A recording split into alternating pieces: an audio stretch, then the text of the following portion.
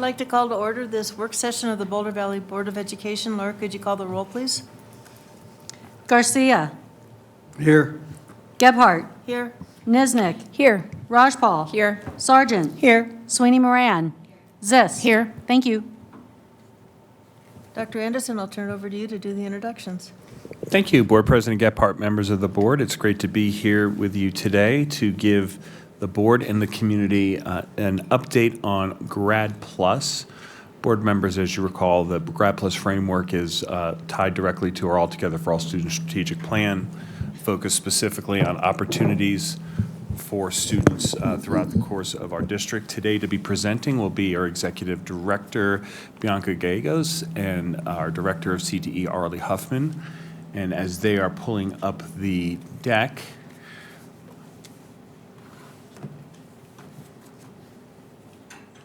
looks like they're ready to go. Dr. Gallegos, I'll turn it over to you.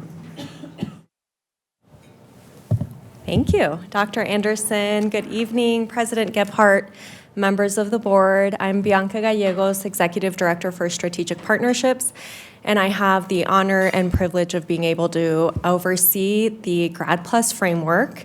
And tonight we are very excited to be able to share with you an update on how the Grad Plus framework is increasing opportunities for students and decreasing gaps. And so we're very excited to be presenting here with you. My colleague, Dr. Arlie Huffman, is here as well. So we'll jump right in and get started. As you know, the Grad Plus framework, career discovery, and postgraduate preparation are key elements that are embedded within our strategic themes and our strategic initiatives. The board knows that the Grad Plus framework expands opportunities for students to graduate with more than just a diploma, empowered with the additional skills and a competitive advantage. As we know, the Grad Plus framework and the 4 quadrants are work-based learning, industry certification, seal of biliteracy, and college credit before graduation. We have been expanding our communications efforts so that more and more families and students know more about the amazing opportunities within the Grad Plus framework. The list you see here outlines student and family outreach that has been shared with students and families this year. The Communications Department, in collaboration with the Grad Plus leadership team, created materials and targeted district messages to students and their families, encouraging enrollment in the Grad Plus opportunities at their high schools. Images of the 4 quadrants were shared to highlight the breadth of opportunities. We will first be taking a look at the Seal of Biliteracy quadrant. Tenemos muchas razones por las cuales debemos de estar orgullosos por todas las oportunidades que los alumnos tienen en esta oportunidad. We have many reasons to feel proud about student access in this quadrant.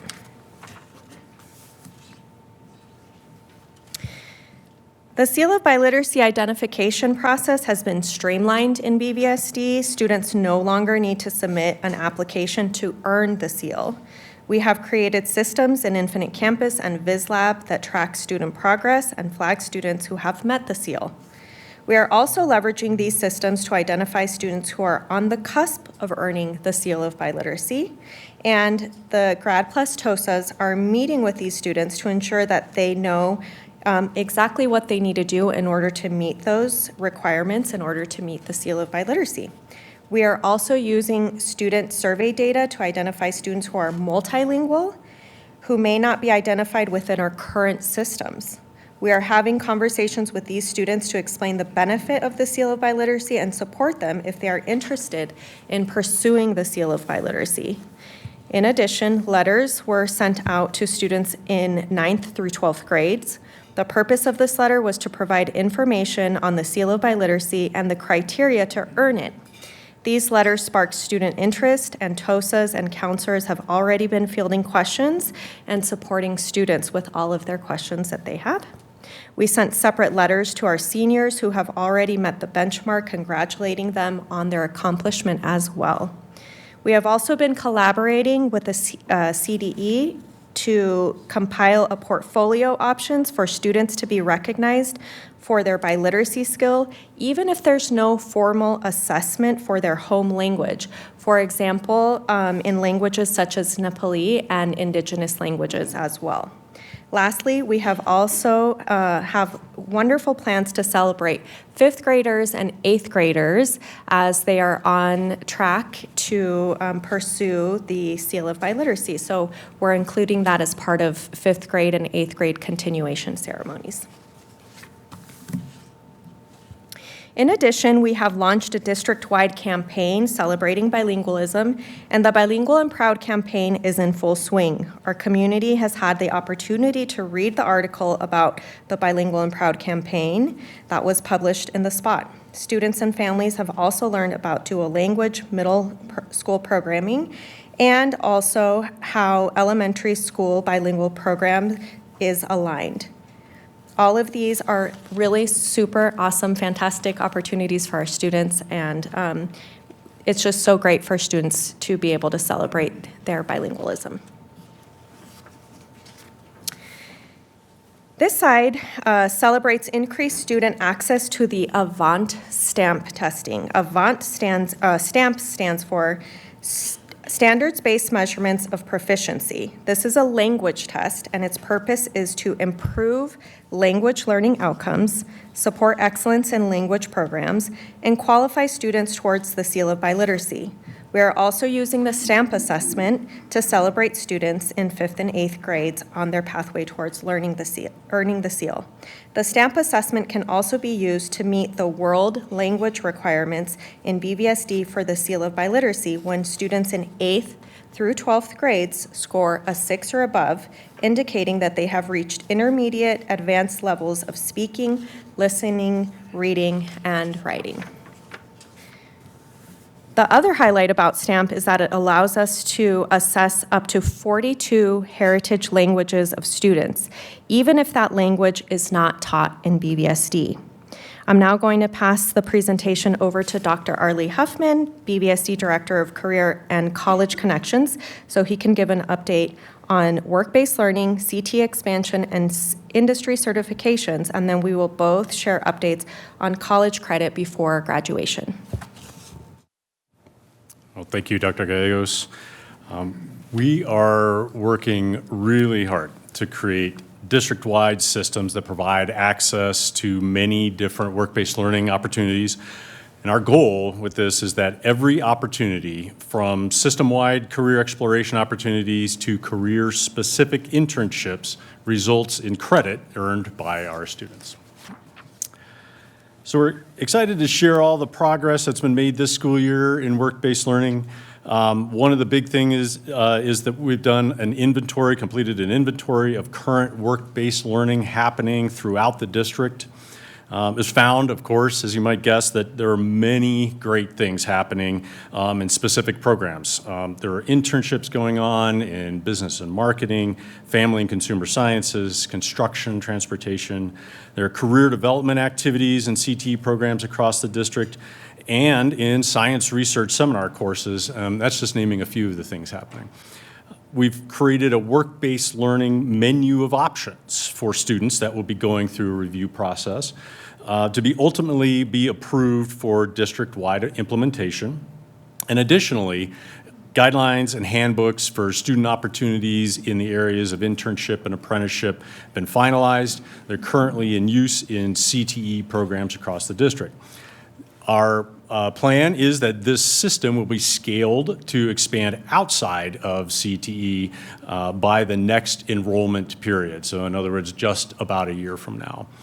So we're also increasing our partnership with CareerWise to offer additional full apprenticeships for our students, and we have several taking advantage of that right now. So what you can see here is that our work-based learning numbers are increasing. We have, in large part, this is because we now have a central point of contact for community partners who want to engage in work-based learning. This has been one of the biggest celebrations because our community partners that want to offer those work-based learning opportunities feel they are now connecting with BVSD in more meaningful ways. Several business partners have indicated an interest in participating in work-based learning activities, such as being guest speakers, offering job site field trips, hosting business roundtable discussions, launching industry-sponsored projects, and also offering additional internship opportunities. So overall, work-based learning is definitely creating a lot of buzz, both inside the district and around the community. Families are talking about it, partners are talking about it, and most importantly, the students are now talking about it. So what that does is it opens the door to additional possibilities for our students, because they are the ones that are asking the questions, and they're the ones that are pushing to access more of these opportunities.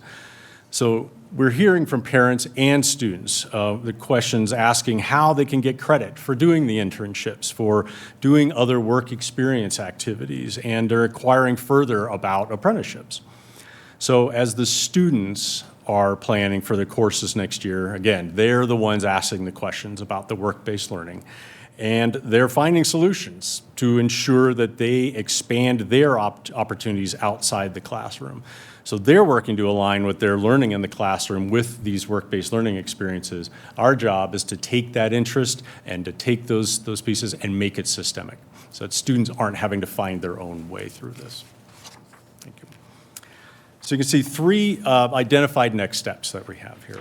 So throughout the process of collecting information about the current work-based learning programs we offered, we're hearing that students are participating in some work-based learning experiences without really even realizing that that's what they're doing. They're not connecting those formally to their educational pathway. So to help address this, we're exploring the development of a survey for high school students, which will allow them to report any defined work-based learning experiences they may be participating in. And it'll allow us to better understand what our students are already doing and capture those experiences. Again, make this systemic. This will help us, again, I'm coming back to this many times, be able to offer credit for our students as they participate in these opportunities. So the second next step is to utilize the work-based learning menu of options we've developed. So we're going to create course codes for that align with the specific activities, as well as structured requirements for each course. So that will allow for a systematized way to oversee, manage, and provide credit for those work-based learning experiences. We anticipate that the codes will be ready by the next enrollment period, allowing us to scale up those opportunities and increase the student access to them. And then third, throughout the process of researching work-based learning best practices, both statewide and nationally, we've found that our peer districts utilize some type of software program to manage the career exploration and work-based learning. So this will be an essential addition to our work-based learning structure. It'll allow ease of access for our students, our staff, and for our business and community partners. So our goal is to identify the best program for BVSD, of course, and be able to create our database of partners, work-based learning opportunities, and career exploration and pathway design for students using that software program as the tool. So now I'll transition into CTE expansion and our industry certifications. Next slide, please. So as you probably are aware of, the CTE revisioning and expansion process is a significant undertaking. Everything we're doing, of course, is focused on creating equitable access to CTE opportunities and on emphasizing the benefits of these experiences for each student in our district. So just what you see here is a reminder of the structure of this process. The development of new pathways and expansion of existing pathways will be determined using a process that involves input from a really wide variety of the stakeholders. You'll see, we have students, families, educators, our leadership, employers, community members. I'm trying to get the whole picture of what's going on. Ultimately, Boulder Tech will continue to have highly specialized programs that CTE pathways in the high schools can lead to. The comprehensive high schools will focus on creation or expansion of programs that reflect community and student interest, as well as the highest demand pathways reflected in the local, state, and national labor market data. And then the middle schools is where we're really going to focus on creating opportunities for an exploration, an exploratory type of approach to a wide variety of careers. So you'll see here a timeline for this process, and it is quite compressed, to be honest. But to help us reach this in this compressed time frame, we're working with a nationally recognized consulting company who has produced really dramatic results in other districts across the country. Like I said, timeline is really short, but it does take a very comprehensive approach to the goal. So we're holding a series of steering committee meetings. Those are ongoing, that involve local business partners, Boulder Chamber, University of Colorado, Front Range Community College, and members of other districts who have already gone through a similar type of process, along with our BVSD high school leadership teams. The consultants are currently touring all of the secondary schools to make recommendations about what might be suitable for the bond work and what might help change the student and community perception about CTE and about the courses. They're, again, like I mentioned, gathering stakeholder input from a wide variety of different groups. Want to emphasize this, including students, both that are currently enrolled in CTE and those that are not. And they're going to be holding workshops on CTE pathways and programming, partnerships, integrated instructional practices in CTE courses. In other words, math and science and how they might integrate into healthcare courses or business courses, et cetera. So a big part of this is that we'll be developing and implementing a process for a district-wide branding of CTE. So this gives us an opportunity to emphasize the broad benefits of CTE, to move us away from this deeply entrenched voc ed perception that still persists out there. And we're already seeing this shift a little bit. We're seeing that school leaders and teachers are considering the CTE offerings alongside the core areas instead of sometimes those being an afterthought in secondary. All right, so now I'll pass it back over to Dr. Gallegos to get us started on the College Before Graduation update. Thank you.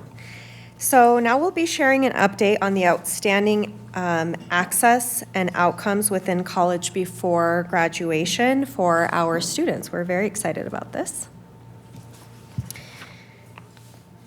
So we are launching a new opportunity for our students to earn college credit. We have officially made Centaurus a CLEP testing site, enabling us to administer the college-level examination program tests to our students. These tests are similar to AP exams in that they are run through the College Board and they are accepted at most post-secondary institutions. Here in Colorado, all public post-secondary institutions accept CLEP exams for credits. We have identified 29 Latinx students at Centaurus High School, 14 of which are newcomer students who will be taking the CLEP exam in Spanish, in the Spanish language this spring. By passing this 80-minute test, our students can be earning up to 12 college credits. Impact on Education has generously offered to cover the cost of the exam for our students. And I just want to highlight here that just the impact of what this really means. So we're talking about our brilliant Latinx students at Monarch High School. They potentially have the ability to collectively, among the 29 of them, earn 348 college credits. So this is just huge. We also have some celebrations in our AP testing. We have added AP Pre-Calc to our offerings in our effort to increase access to AP courses, especially in math. You can also see that we have increased our number of AP tests by about 6.5% over the last year. So I'll now pass it back over to Dr. Arlie Huffman. So as you can see on this slide, our College Before Graduation program is growing dramatically. And a major benefit of the rapid growth is that our college opportunities are now much more accessible for our students. So our main focus is on bringing those opportunities directly into the high schools to eliminate the barrier of a student having to travel. So this year alone, the number of BVSD teachers who are teaching Front Range Community College courses increased by more than 2.5 times. And we're already on track to double that number by the next school year, the 23-24 school year. So through a series of CDE grants, we've provided 9 teachers with the tuition reimbursement to cover the cost of graduate coursework that they are required to take in order to meet the credentialing requirements and offer the college credit. Next. This slide is one of our big wins right now. I just want you to see that we have already heard from 44 students this year who want to take advantage of the Ascent program for next school year, and that's up from 4 this year. So Ascent stands for Accelerating Students Through Concurrent Enrollment. It's a 5th-year high school program, technically 5th-year high school program, but students are enrolled as full-time college students through concurrent enrollment for that year. So they're not in their high schools at all for that 5th year. So the tuition coverage for this program for the Ascent year includes enrollment at either Front Range Community College or at Metropolitan State University. A 10-fold increase in 1 year. Thank you. So this slide shows the concurrent enrollment data growth only. Our dual enrollment participation data are still being compiled. So you can see the values in the 2021-22 column and the 2022-23 columns. Those show the total number of concurrent enrollment courses that students enrolled in. So each individual student, something to keep in mind as you're looking at these, each individual student may have taken multiple courses during a school year. What is apparent is that we have a dramatic increase in how our high school students are taking advantage of concurrent enrollment offerings across the district. These data also show that every demographic is benefiting from the increasing opportunities in concurrent enrollment. So we're excited to say that the gap in our Latinx participation has decreased by 25%. So to accelerate that trend, we're partnering with our in-district CLDE team to design a program for Spanish heritage speakers. So our current estimate is that more than 20% of our high school students are taking a class for college credit. So our goal for next year is that we'll be at 35% by the end of next year, and that the student demographics of the 35% will be representative of the high school demographics as a whole. We have one more celebratory slide to show you that our BVSD students will have taken 2,963 college course sections this year. It's a tremendously large amount of growth, and we're really excited to share that with you. So we expect that our work-based learning and CTE efforts are going to grow in the next year in ways that are just as exciting as those that are happening in our college before graduation. And this is in large part as a result of, as Dr. Anderson has put it, we have a significant paradigm shift that we're experiencing across BVSD. So as you can see, we have lots to celebrate, and we're very proud of the work that has been done through the Grad Plus framework. And we're very enthusiastic about continuing to open up opportunities for students so that all students can benefit from the amazing work that is being done through this Grad Plus framework, and students are really excited about all of the things that they're able to do through this work, and we're ready and excited to answer any questions that you might have. We also have our colleagues that are the leaders of the the Grad Plus framework. They're here as well, so I just wanted to say thank you to them for all the work that they do, and they're also here in case we have any specific questions for them, so thank you.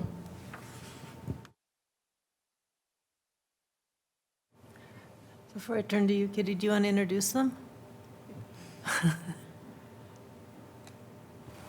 All right, so they switched sides on me. All All right, well, I'll introduce the two members of my team specifically. So we have Jody Bennett, and she's the Work-Based Learning Coordinator, and Madeline Brockish, who is our College Before Graduation Coordinator. Do you want to introduce? Oh, well, okay. And so I own, if you will, the industry certification and CT expansion quadrant of Grad Plus. Yes. And then Krista Nelson-Steinhoff is overseeing the Seal of Biliteracy. So thank you, all four of you, for being here. All right, Kitty? Okay, the first thing I want to say is, wow. I am so impressed by what you all have accomplished, not even in a school year. It just blows me away. So congratulations, you're obviously on the right track.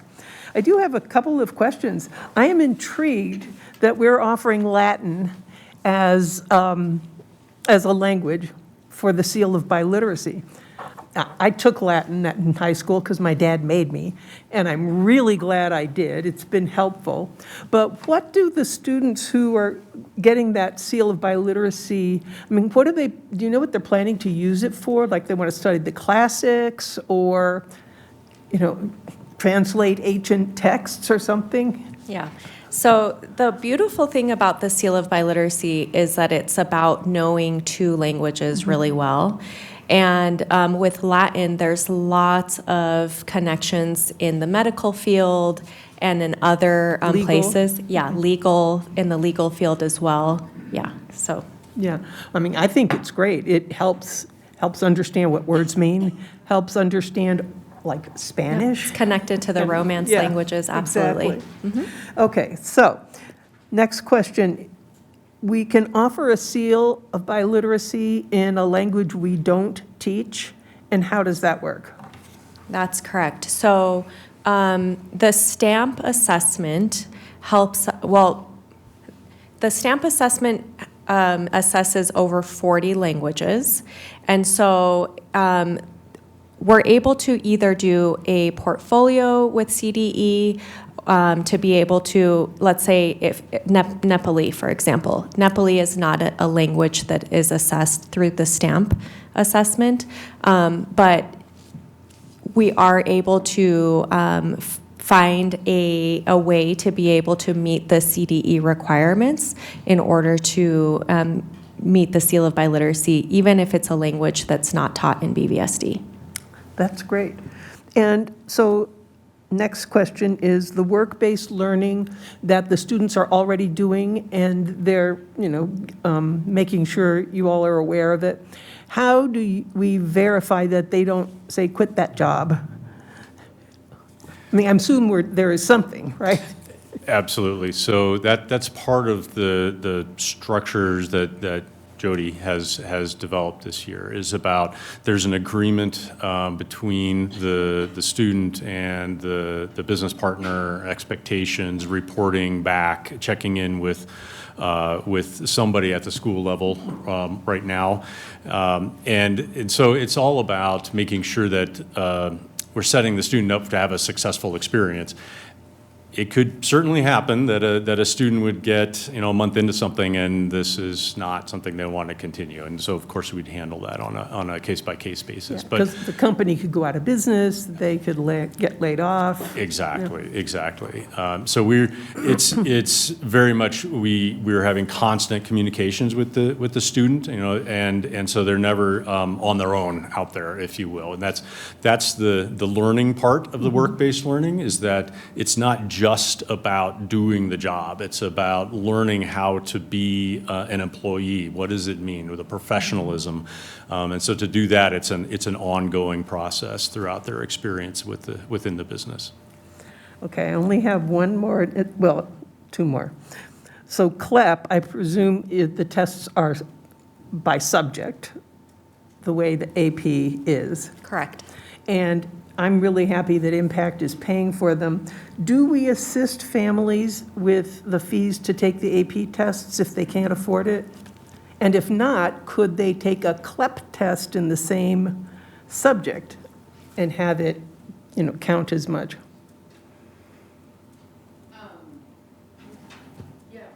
Oh, I'm sorry, one second. Go ahead, Dr. Anderson. So yes, we have opportunities to waive those fees. I would say that as we think about things that we could advocate for, there are states throughout the country that don't charge any fees to take an AP exam. Colorado's not one of those states.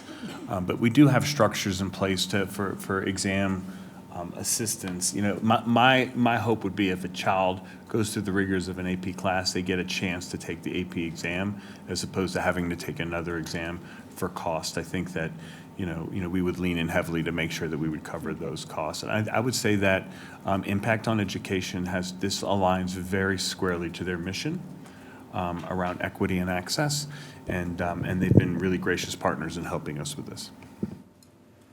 And I just have one more thing for everybody who took Latin Agricola ex flumen aqua portata. You know what I said? Oh, you were going like this. Oh, okay.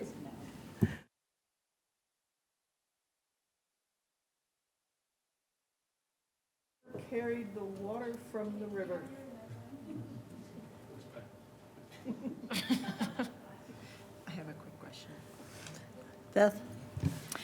I mean, of course, as Kitty said, wow, guys, this is just incredible. I'm so excited about the work you're doing. Just a quick question, kind of a follow-off of what Kitty was just asking. I'm kind of curious, Arlie, a little bit about some of the potential community partnership sites we have on the horizon for some of our work-based learning. Can you just tell us a little bit more about that? Wow, yeah, we only have 25 minutes left, so you know, one of the things that one of the areas we're really trying to identify are some of the larger businesses around here that you could think of that might be able to bring in, you know, maybe 10, 20 different interns all at once. You know, so far most of what we're seeing is you know, is a one-off type of thing, but we know that, you know, well, I don't want to put anybody on the spot, but obviously, you know, we have Ball Aerospace down the street here, or you know, Boulder Community Health, or things like that are larger institutions that could potentially offer a variety of different experiences to our students. So those are the conversations that we're just starting, and to do that, we're utilizing our partnerships that are already built through, for example, the Boulder Chamber and some of what they've developed, and additionally, so everybody knows, our CTE programs have advisory committees that are made up of a large number of business partners. And while those aren't generally the people that are decision makers at the businesses, it gives us a good contact to be able to start with. So that's how we're building that up. Thank you. And I just have one more quick follow-up question. Is that okay? Oh, sorry. Yes, Rob. And I'll also say that I had the opportunity over the past couple of weeks to be the guest speaker on the Boulder Chamber Chat, which is a kind of an online podcast that the Chamber does, where I was freely advertising work-based learning opportunities for our businesses.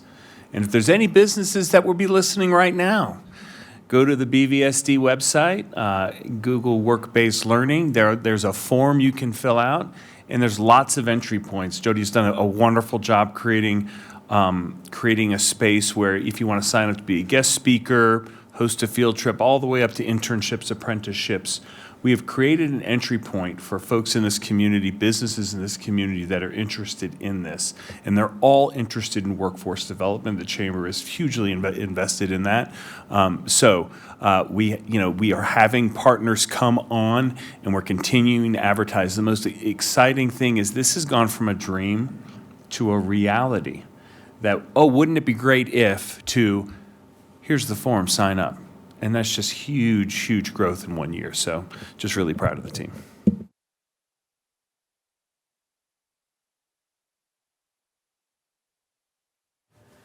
Nicole? Thank you for this great presentation and the work to get this off the ground. A couple questions. Regarding the STAMP assessment, is that only being provided to students that attend Manhattan and Angevin, like you mentioned, or is that an opportunity for students in all of our middle schools? We're starting at Centaurus High School. That's okay. We're starting at Centaurus High School, and we are starting specifically with a group of Latinx students, and they'll be taking the exam in Spanish, the Spanish language exam. So we're starting there, and then I think you're referring to CLEP, and Nicole asked so about the sorry. Avant stamp assessment. I'm so sorry. That's okay. Okay. Want me to do that one? Sure. Okay, so we have gone out to every one of our high schools.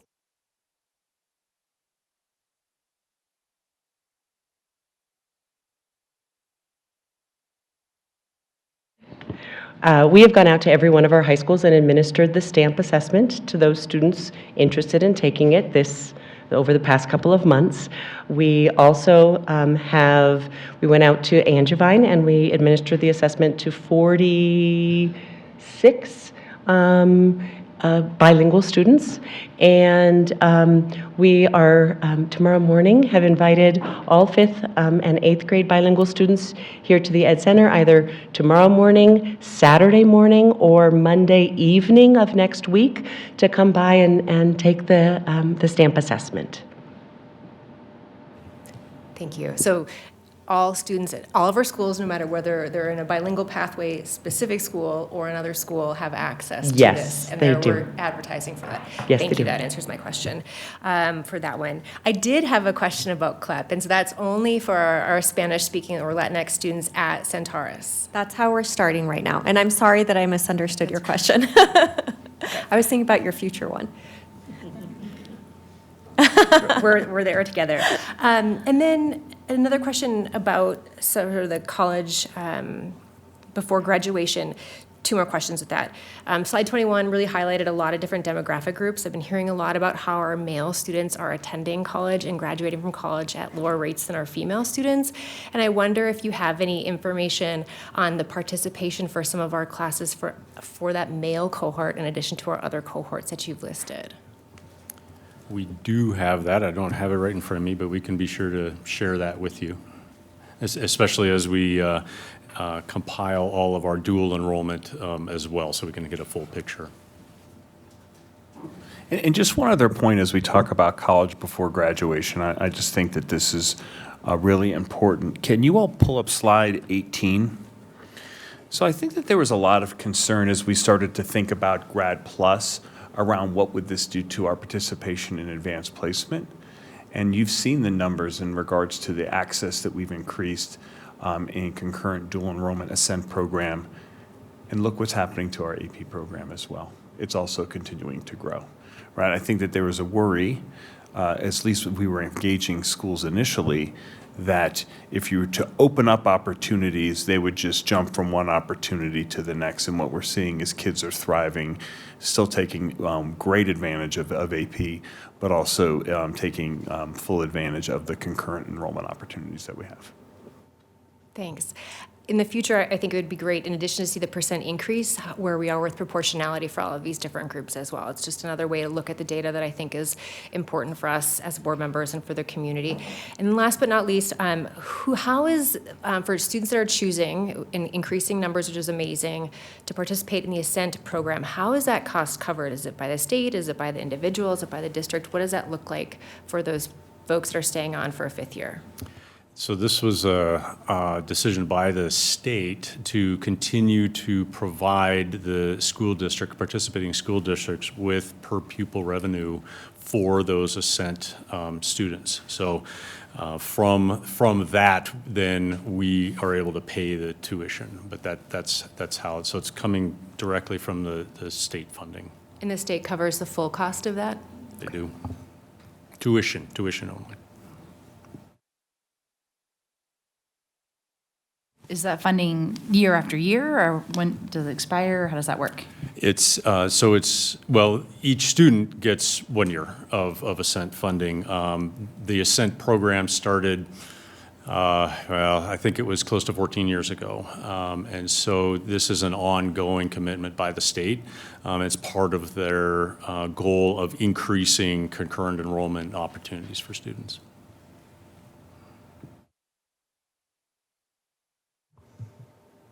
Richard? Felicidades.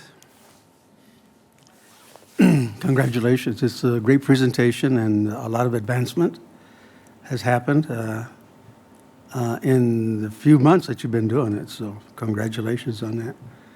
I have a couple of questions. I'm not going to, because I think my colleagues asked all the questions that I had too, but a couple of questions that come to mind is, and I'm reading the expanding communications, is the expanding communications that you outlined on slide, whatever it is, 4, is that a result, I mean, the increase of all of the wonderful things that have happened, is that the result of the expanded communications? Well, our communications department is outstanding, as you know. They're amazing. And we've been working closely with Randy and Aaron to be able to just help get the word out. So it's really just been in collaboration with them. The framework has been the same framework, right? That since its inception, but we have been able to work with the communications department just to help spread the word and get more students and families, the community to know about the Grad Plus framework, and of course, always doing so in multiple languages. And I would say another key element is that we have Grad Plus coordinators in each one of our high schools. As the board will remember, that was one of our significant investments that we made as we rolled into Grad Plus. And I've had a chance to meet with many of them during my school visits. And their sole job is to make sure that folks know these opportunities. They're at each school. They're ironing out the issues that happen. Each school has different issues. They're troubleshooting. They're figuring it out. They're finding teachers that can offer classes. They're getting them certified. They're telling the kids. I would say that at our Community Leadership Academy that we hosted last Friday, when I spoke to Grad Plus, I just asked a group of our community members, how many of you have heard about Grad Plus? A lot of hands have been raised. This is not a secret. I would say that Jade Cody, who is one of the best graphic designers in the business, Randy, Barber, Aaron, the entire communications team has done a wonderful job. And the folks in this room have made it their mission for this to be successful, which I can't tell you how important that is. And then we have folks in the schools whose sole purpose is to make sure that kids know about the opportunities and they're connecting them. And then once you connect a kid with an opportunity, they're like, wow, this is fantastic. So. And I believe that at the Centaurus Roundtable, we met that Grad Plus coordinator. He was pretty impressive, if it's the same one. Yes, Yeah. And it's the excitement continues to grow. I think that, from vision to reality is an exciting process to watch. And as you can see, the vision that this board supported that aligns to the strategic plan, the budgets that you have passed, are not just an idea, they are turning into opportunities and realities for kids.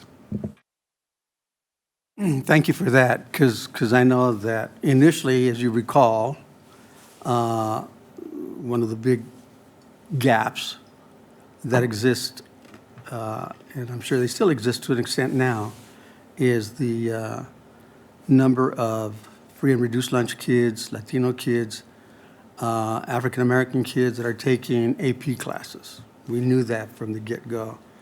And I'm hoping that has decreased in terms of, or increased in terms of people taking classes, and I don't know what the numbers are, but I'm hoping that it's way up there. The other one, too, that, and I think one of the reasons is because the lack of communication, the lack of students knowing that these opportunities existed for them. And yes, thanks for the people that are working on it at the high schools. And are the Grad Plus coordinators working closely with the counselors too? I'm sure they are. Absolutely. They work hand in hand. They really are part of that counseling team with a scope that's more defined around this framework. Yeah, and thanks again for the presentation, especially with the seal of biliteracy, because one of the concerns that I had was the number of kids that are already fluent in another language that were not able to get the seal of biliteracy because of some of the criteria before, and that's changed. And I appreciate that. And I'm sure the numbers have increased in terms of Latino students. The other, I keep pushing the wrong button here. Because I'm excited, you know. The question that I had in terms of the Manhattan School of the Arts, you have 45, I believe, students that took the, what was it? The STAMP assessment, and 47%, is that, 47% of students at Manhattan met the Spanish criteria for the seal of biliteracy. Is that 47% of the 45, or? I'm trying to figure out how to read this slide here. It looks like 45 students at Angevine were tested, and then 47% of students at Manhattan met the criteria for the seal of biliteracy, which was an increase from 26%. Oh, okay. And just to clarify, are those the students that were participating in the bilingual pathway at Manhattan? That's a reference to that program, right? So as, you know, as we Yes. think about those programs and continuing to increase numbers and increase effectiveness, that's what that reflects. And honestly, those at Angevine hadn't been in programming. Very good, thank you. A couple of questions too, and this is more around the workforce. I think I wrote it down here someplace. Well, before we go to the workforce, the seal of biliteracy, we've had it for a while, correct? And have we managed to track any of the kids that have gotten the seal of biliteracy at graduation time as it relates to the value of the seal of biliteracy in their pursuit of careers or whatever they're pursuing? Do we have any information like that? I don't believe we do. You mean like their hopes in pursuing a degree or a career that has to do with being bilingual? Right. I'm thinking more in line in terms of they all did the seal of biliteracy for a reason, okay? The reason probably was to have it on their diploma, and that seal in the diploma was going to help them reach something. I don't know what it could be, okay? But have we ever tracked any of that information in terms of what's happened with some of the kids that have gotten the seal of biliteracy?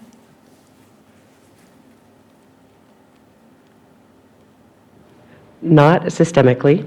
It is actually an area I just met with the directors from across the Front Range in my position, and that was absolutely an issue that all of us as a district are talking about around what are students doing afterwards. I can let you know that we have indeed received telephone calls from universities that our students have gone on to, and they said to us, hey, we need you to put the language on the transcript so we can give the student credit when they arrive to us. We have small little anecdotes like that, nothing large scale or systemic, but it's absolutely a next step.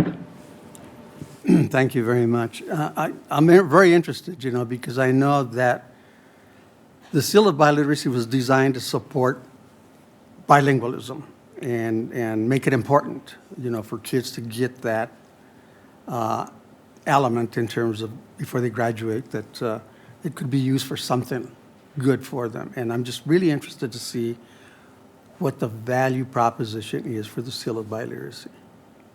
Okay, and I know this is a big ask, but hopefully maybe someday we'll get that. The workforce, the workforce, the work-based learning. When we were doing work-based learning before this, right? And what's different between what we were doing before to what we're doing now? I think the biggest thing is that before it was an individual teacher bringing that into a particular class. And that they were doing we had fantastic examples of teachers doing great things with their students. What is different is our approach to make this systemic, to make this accessible to students no matter which teacher they have, and to make sure that it's not limited to the best we can possibly do it, not limited to the business partners that are just immediately around the school. We know we have an amazing variety of partners across the district, and we want to be able to enable and remove the barriers for our students to be able to connect with all of those. So to do that to best effect, that's why we're taking a systemic approach. We have developing the database, making sure that people are aware on both sides, our partners and our teachers. Thank you very much. Now, help me understand this whole notion of P-TECH.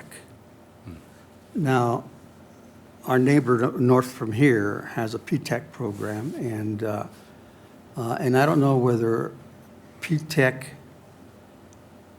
school districts are by selection process. How does that happen? How does one become a P-TECH? It is a choice of an individual district, and generally one school will opt into that. A district might make that a priority. Like you mentioned, St. Vrain has several P-TECH programs. And that particular model is a partnership between a school and really between a particular pathway, such as computer science or manufacturing, at a school and one business partner. This all originated when IBM partnered with a particular high school in New York to create the opportunities, and so it's a very in-depth model. It's requires a lot of support. It also requires students to fulfill the whole program. They're there basically for 2 additional years after their 12th grade year to complete an associate's degree and all the work-based learning that goes along with that with the P-TECH program. Thank you for that. I know that I participated in the graduation of Front Range Community College in Longmont at the Longmont campus. And I saw a stream of P-TECH students that were getting their Associate of Arts degrees through Front Range. And boy, that was just wonderful to see, because they were still in high school and they were getting their AA degree.